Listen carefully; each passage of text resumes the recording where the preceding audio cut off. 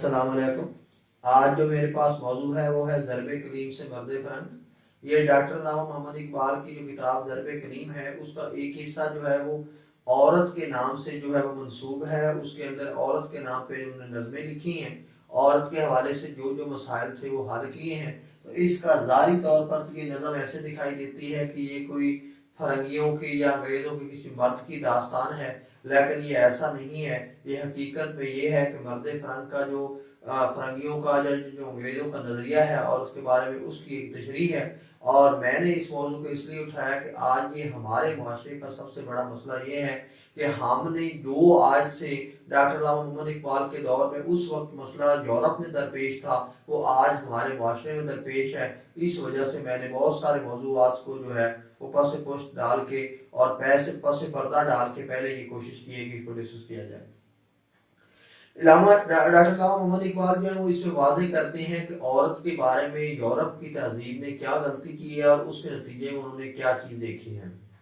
असल में मैं कुछ चीज़ें पहले बयान कर देता हूँ औरत के हवाले से। जो इस्लाम का रवैया है, जो इस्लाम ने नुक्ता नज़र पेश किया है और जो कि हकीकी नुक्ता नज़र है भी वही। कुरान मजीद की सूरत निसा पढ़ें और आप कुरान मजीद की सूरत नूर पढ़ें तो वहाँ से ये जो मैं नुक्ते वाज़ेह करने जा रहा हूँ तो ये एक जो जी रूह शख्स है और जी अकल शख्स है उसको आसानी से समझ आ सकते हैं जो मैं बयान करने जा रहा हूँ। जब शादी होती है तो मर्द और औरत का एक जो है वो रिश्ता मुतय्यन होता है। वो जो रिश्ता दरअसल मुतय्यन होता है वो एक अदारा कायम होता है। अगर कुरान की ज़ुबान में आप समझेंगे तो आपको तफसीर से आसानी समझ आ जाएगी। वो एक अदारा कायम होता है, उस अदारे के दो मेंबर होते हैं, एक मर्द होता है और दूसरी औरत होती है। अब उस अदारा दुनिया का कोई भी ले लें, कोई शख्स किसी अदारे में भी काम करता है तो अदारे के चलाने में दुनिया का एक बुनियादी असूल है। तो उसमें एक शख्स को जो होता है वो हमने ओहदा देना होता है और सरबराह बनाना होता है और दूसरे को उसके नीचे काम करना होता है। वो जो हमने सरबराह बनाना होता है और दूसरे को नीचे काम करना होता है, वो जो उनका अमल का दायरा कार हम मुतय्यन करते हैं, उसकी वजह ये होती है कि उनके ऊपर मुख्तलिफ जिम्मेदारियां डाली जाती हैं। इस्लाम ने जो मर्द के ऊपर जिम्मेदारी डाली है वो ये डाली है कि टोटल और मुकम्मल तौर पर जो नानो नफका की जिम्मेदारी है, जो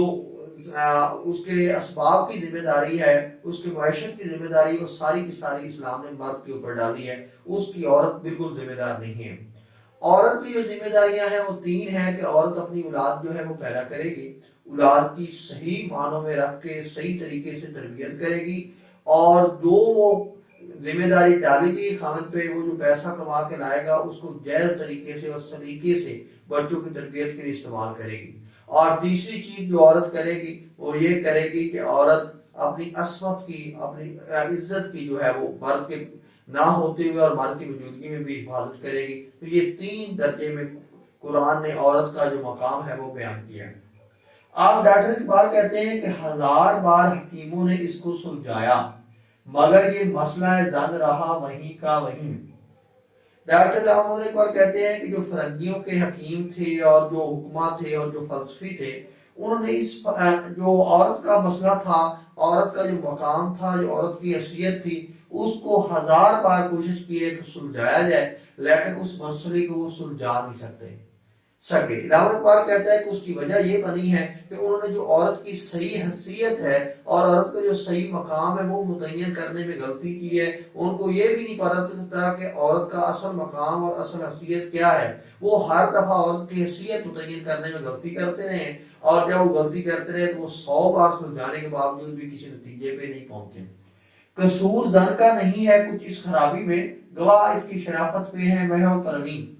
इकबाल कहता है कि आज जो यूरोप का माशरा है वो इस बात पे सोचता है कि शायद औरत की जो फितरत है वो अच्छी नहीं है, औरत जो फितरतन है वो शरीफ और अच्छी साबित नहीं हुई। इकबाल कहता है कि ऐसी बात बिल्कुल नहीं है। औरत फितरतन एक इंतहाई, अगर तबा के लिहाज से देखा जाए, तबा नफासत के लिहाज से देखा जाए तो इंतहाई शरीफ और शरीफुल नफ्स अल्लाह ताला ने उसको औरत को पैदा किया है। और औरत की जो शराफत है, डॉक्टर अल्लामा इकबाल कहते हैं कि उस पे जो है वो चांद सितारे और आसमान जो है वो खुद जो है वो गवाह है कि औरत हमेशा से जब से अल्लाह ने पैदा की है वो एक शराफत का पैकर है और वो आखिरी दर्जे की शराफत का में मकाम रखती है। ऐसी बात नहीं है कि ये जो यूरोप में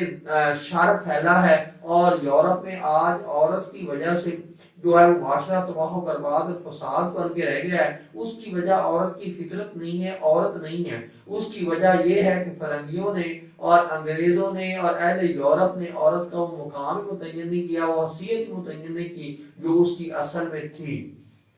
فساد کا ہے فرنگی معاشرت میں ظہور کہ مرد سادہ ہے بیچارہ زن شناس نہیں۔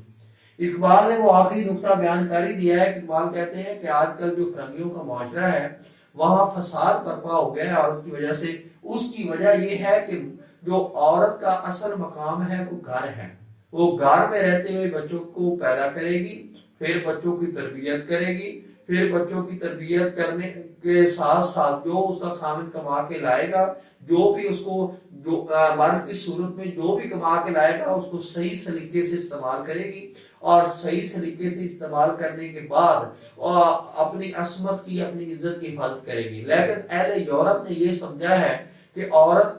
جو ہے وہ تفریح گاہ ہے، کوئی تفریح کی چیز ہے، تو اس لیے انہوں نے اس عورت کو سینما گھروں میں اور عورت کو جو ہے وہ پارکوں میں اور عورت کو جو ہے وہ فلموں کی صورت میں اور ڈراموں کی صورت میں دیکھنے کی کوشش کی ہے، اور عورت کو ہمیشہ اس نظر سے استعمال کیا ہے کہ وہ کچھ سینموں کی اور کچھ تفریح گاہ کی جگہ ہے۔ جب انہوں نے اس میں استعمال کیا ہے تو عورت جو ہے وہ فساد کی صورت بن گئی ہے، اس میں عورت کا کوئی قصور نہیں ہے۔ عورت کی شرافت میں تو اقبال کہہ رہے ہیں کہ زمین و آسمان اور ستارے چاند جو ہے وہ گواہ ہیں کہ وہ غیر مودی شرافت کی حامل ہے، لیکن اس کی اصل وجہ یہی ہے کہ انہوں نے جو اس کا مقام متعین کرنا تھا وہ ایک ماں کے طور پر اور ایک بہن کے طور پر اور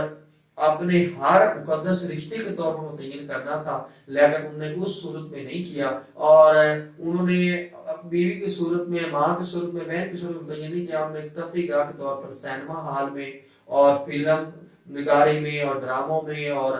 پارکوں میں اس صورت میں جب دیکھا ہے تو اس سے کیا ہوا ہے کہ اس نے اہل یورپ نے اس طرح ہوا ہے کہ وہ مرد شناس اور زن شناس ہی نہیں ہے، ان کو پتہ ہی نہیں ہے کہ عورت کا مقام کیا ہے اور عورت کو اللہ تعالیٰ نے کس حیثیت میں پیدا کیا ہے اور عورت کا اصل کرنا کیا تھا دنیا میں۔ تو یہ انسان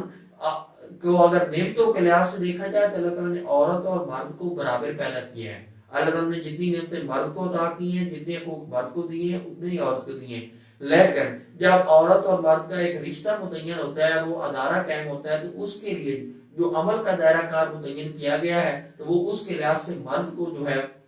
وہ حکمران بنایا گیا ہے، اور جو عورت کو ہے وہ اس کو تابع کیا گیا ہے۔ قرآن مجید کا آیت کا ترجمہ ہے کہ جو مرد ہیں وہ حاکم ہیں عورتوں پہ، تو یہ ضروری تھا کہ مرد کو ہی متعین کیا جاتا، کیونکہ مرد کے اوپر ایک بہت بڑی ذمہ داری ڈالی گئی ہے، وہ نان و نفقہ کی ذمہ داری ہے، اور کوئی ادارہ چل نہیں تب سکتا ہے جب ایک حاکم ہو اور دوسرا اس کے ساتھ کام کرے۔ عورت